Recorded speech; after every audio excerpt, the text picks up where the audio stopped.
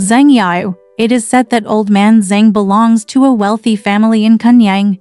Just before the old man died, tears suddenly burst out of his eyes. The 6 sons of the old man couldn't understand why. The second son, Zeng Ti, named Youyu, was a famous person in the county. Seeing this scene, he thought it was unlucky and warned his brothers to be cautious and not to feel sad after their father's death. But half of the brothers laughed at him for being pedantic. It turned out that the old man's first wife gave birth to his eldest son Zeng. When he was 7 or 8 years old, both mother and son were kidnapped by bandits. After the second marriage, 3 sons were born: Zeng Shao, Zeng Zhong, and Zeng Shin. The concubine gave birth to 3 more sons: Zeng Ti, Zeng Ren, and Zeng Yi.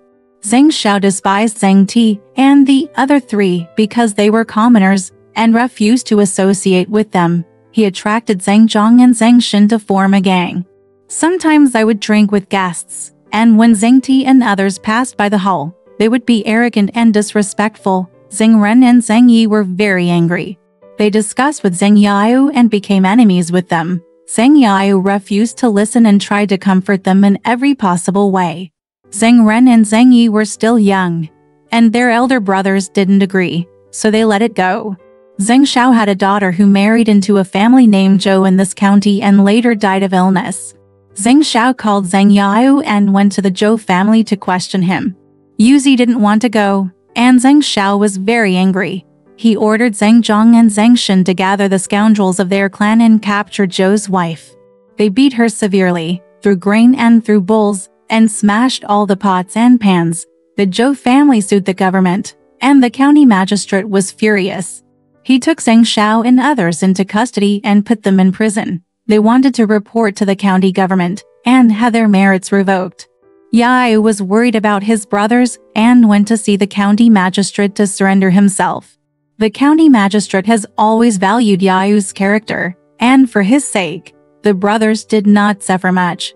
Youyu went to the Zhou family again and stood up to plead guilty on behalf of the brothers. The Zhou family also valued Youyu, and the lawsuit was settled.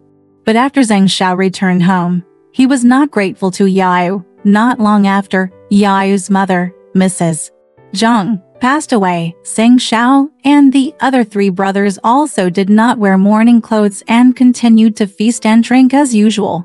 Zeng Ren and Zeng Yi were very angry, and Youyu said, "This is rude on their part.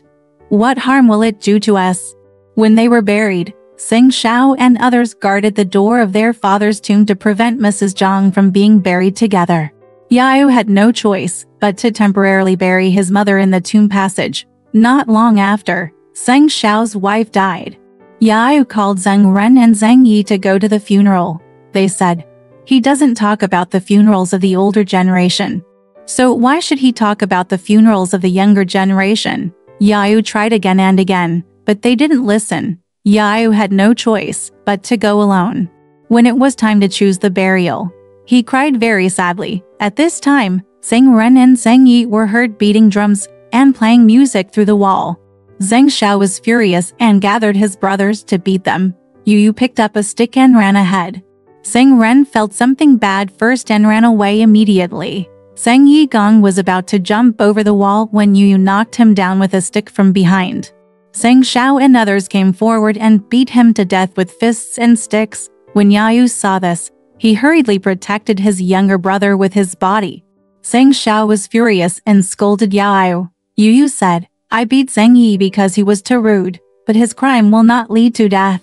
I will not favor my younger brother's faults, nor will I support my elder brother's violence. If you haven't vented your anger yet, hit me." Zeng Shao dropped the stick and hit Youyu. Zeng Zhong and Zeng Shin followed suit. The sound of beatings, curses and screams of pain shocked the neighbors. Everyone rushed over to try to persuade him, but Zeng Shaokai left angrily. Youyu was beaten without any resentment.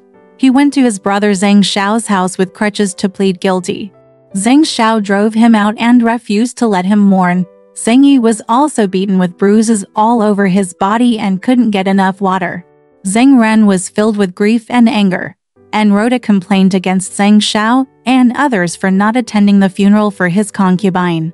The county magistrate received the warrant and arrested Zeng Shao, Zeng Zhang, and Zeng Shin, and asked Youyu to explain what happened.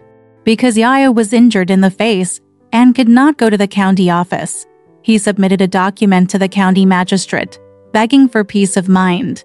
The county magistrate dismissed the case and stopped asking further questions. Zeng Yi's injury soon healed. Since then, the hatred between the two sides has deepened. Zeng Ren and Zeng Yi were both young and weak, and often beaten. They complained to Youyu. "Everyone has brothers, but we don't," Youyu said angrily. "This is what I should say. What do you say?" I tried to persuade my two younger brothers to be patient, but they still refused to listen. Youyu then locked the doors and windows, took his wife and children to live somewhere else, more than 50 miles away from home, hoping that from now on he would be quiet and no longer mind his own business. Although Youyu did not help his brothers when he was at home, Zeng Shao and others also had concerns. After Youyu left, Zeng Shao and others were a little dissatisfied. So they ran to the door of Zeng Ren and Zeng Yi's house and shouted insults. He was scolded, and even his dead mother was humiliated. The two of them estimated that they were no match for them, so they had no choice but to close their doors and lock their doors, hoping to find an opportunity to kill them and fight to the death. "Every time I go out, I carry a sharp knife in my arms." One day, Zeng Cheng, the eldest brother who was kidnapped by bandits, suddenly escaped with his family. Zeng Shao and the other three brothers had been separated for a long time, so after 3 days of discussion, they had no place to place him. Zeng Ren and Zeng Yi were secretly happy, and called their eldest brother to their home to raise him, and then went to tell Youyu. Youyu was very happy and hurriedly returned home. The three brothers jointly shared the land and houses for the eldest brother to live in. Zeng Shao and others thought that Youyu and the others were buying favors as gifts, so they came to the door angrily and yelled at them. Zeng fell into the trap of thieves when he was growing up, and developed a brave and fierce temper. At this time, he couldn't help but get angry and cursed. "I came home, and none of you were willing to leave the room." Fortunately, the three brothers cherished the love of brotherhood. Now you come to the door and yell at me. Do you want to drive me away? He rushed out of the house and knocked Zeng Shao over with stones. Seeing the opportunity, Zeng Ren and Zeng Yi rushed forward with sticks each, caught Zeng Zhang and Zeng Shin and beat them severely. Zeng Cheng went to the county government again to complain. The county magistrate ordered someone to question Youyu, but Youyu had no choice but to go to the county magistrate. He bowed his head and was speechless, but shed tears. The county magistrate asked for his opinion, and Youyu said, "Please give me a judgment." The county magistrate ordered Zeng Shao and others to give up their property, and Zeng's family property was divided equally among the 7 people. From then on, Zeng Ren, Zeng Yi and Zeng Cheng loved and respected each other even more. When talking about burying their mother, all 3 of them shed tears sadly. Zeng Cheng said resentfully, "This is so unkind and righteous. What a beast." He wanted to open the grave and bury his concubine and his father together. Zeng Ren ran to tell Youyu, but Youyu hurried home to dissuade his elder brother. Zeng Cheng refused to listen and set a date to open the tomb and change the burial. On that day, Zeng Cheng placed sacrifices in front of the tomb, cut off the bark of a tree next to the tomb, and said to his 6 younger brothers, "Anyone who doesn't wear hemp and mourn is like this tree." Everyone obeyed his orders. The family cried bitterly and mourned Mrs. Zhang again, and everything was completed according to etiquette. After that, the brothers lived in peace, but Zeng Cheng had a violent temper and beat and scolded his brothers at every turn, and was especially harsh on Zeng Shao. Only if you value friendship, even if you are angry, as long as friendship comes, a word will disappear. Zeng Shao's actions were always displeasing to Zeng Cheng. Therefore, Zeng Shao went to Youyu's house every day and secretly cursed his eldest brother to Youyu. Youyu tried to persuade him tactfully, but still didn't listen. Youyu couldn't stand his harassment, so he had to move his family to Sambo. As he got further and further away from home, he gradually became less and less able to communicate with him. Although the brothers were all afraid of Zeng Cheng, they got used to it over time. 3 more years later, Zeng Shao was already 46 years old. They gave birth to 5 sons. The eldest son Ji and the third son Jide were born by his legitimate wife. The second son Jigong and the fourth son Jiji were born by his concubine. A slave also gave birth to a son named Jizu, who are all grown up. Adult. He also followed what his father had done in the past, forming gangs and fighting endlessly all day long. Even Zeng Shao couldn't stop them.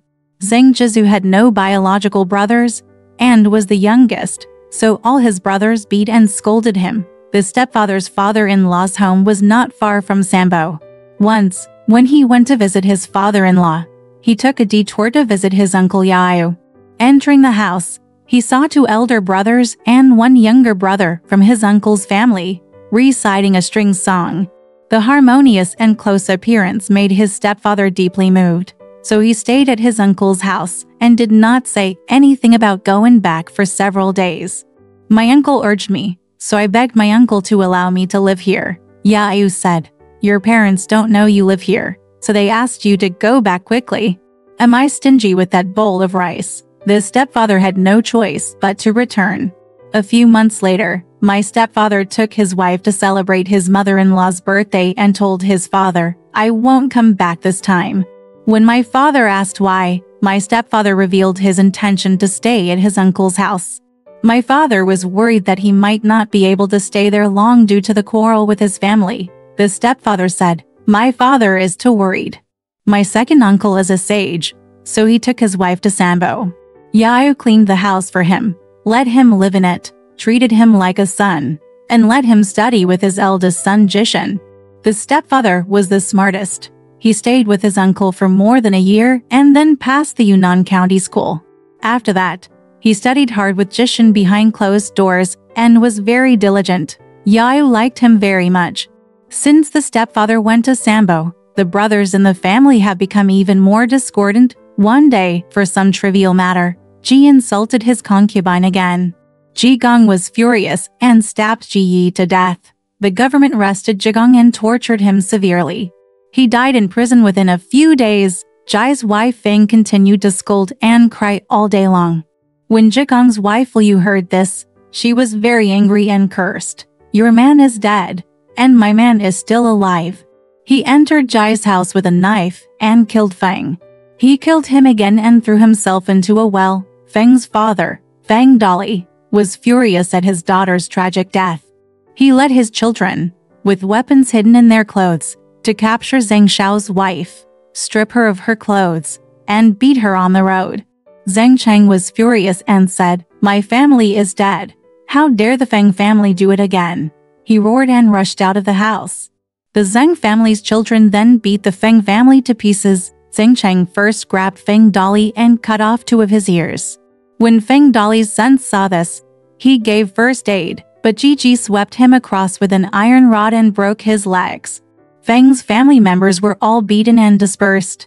Feng Dali's son was left groaning on the side of the road. Zeng Cheng picked him up with his arms and threw him outside Fengjie village before returning. Gigi was also asked to surrender in the county. The Feng family's prince also happened to arrive in the county, so all the Zeng family members were detained except Zeng Zhang, who escaped. He ran to Sambo and lingered outside Youyu's house. Not daring to enter, Zheng's friend Yu brought his son Jishin and nephew Jizu back from the scientific research. He was very surprised to see Zeng Zhang and asked, "Why is my brother here?" Zeng Zhang had not yet spoken. It had already exchanged tears and knelt on the roadside. Youyu hurriedly grabbed his hand and tracked him into his home. After asking, he learned about the changes that had happened at home. He was shocked and said, "What can I do? The whole family is so violent. I had already expected that a disaster was not far away. Otherwise, how could I hide here? But I have been away from home for a long time, and I have not been on speaking terms with the county magistrate for a long time. Now even if I kneel all the way to beg, I will only be humiliated. I only hope that the Feng family and his son will not die from serious injuries, and that the 3 of us will be lucky. If you win the exam, this catastrophe can still be resolved." So, Zeng Zhang was kept, and they ate together during the day and slept together at night. Zeng Zhang was very grateful. but also very ashamed. After staying for more than 10 days, I saw that their uncle and nephew were as close as father and son, and brothers were as close as siblings. I couldn't help but shed tears and said, "Now I know that I was not a human before." Youyu was very happy that he could repent, and the two of them couldn't help but look at each other. Sad and sad, not long after, it was reported to a friend that the father and son had passed the exam, and the step-grandfather also won the deputy exam. The whole family was very happy. Instead of going to the dear Ming banquet, he rushed back to his hometown to visit his ancestors' graves. At the end of the Ming dynasty, the most important thing was the academic level. The Feng family heard that Youyu was in high school, so they restrained themselves a little. Youyu also asked relatives and friends to give the Feng family a lot of property and food, and asked them to buy medicine to treat their injuries, and the lawsuit was finally settled. The whole Zeng family cried and thanked Youyu and begged him to move back to his hometown. Youyu and his brothers burned incense and swore an oath to change their self-reliance, and then moved their homes back. The step-grandfather still wanted to follow his uncle and did not want to return to his own home. Zeng Xiao said to Youyu, "I have no virtue and should not have a son who will honor my ancestors. My brother is good at teaching, so let him be your son. When he makes progress, please give it back to me." Youyu agreed. 3 more years later, the emperor's successor was indeed elected. Youyu then asked him to move to his father's house, and the couple left in tears. A few days later, Zhizu had a son who was only 3 years old.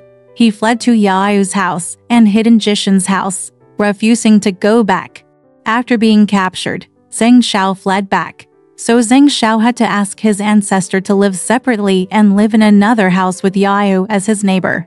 The step-grandfather opened the door of his house to his uncle's house, and greeted him as usual morning and night. At this time, Zeng Cheng was already old, and Youyu had the final say in everything at home.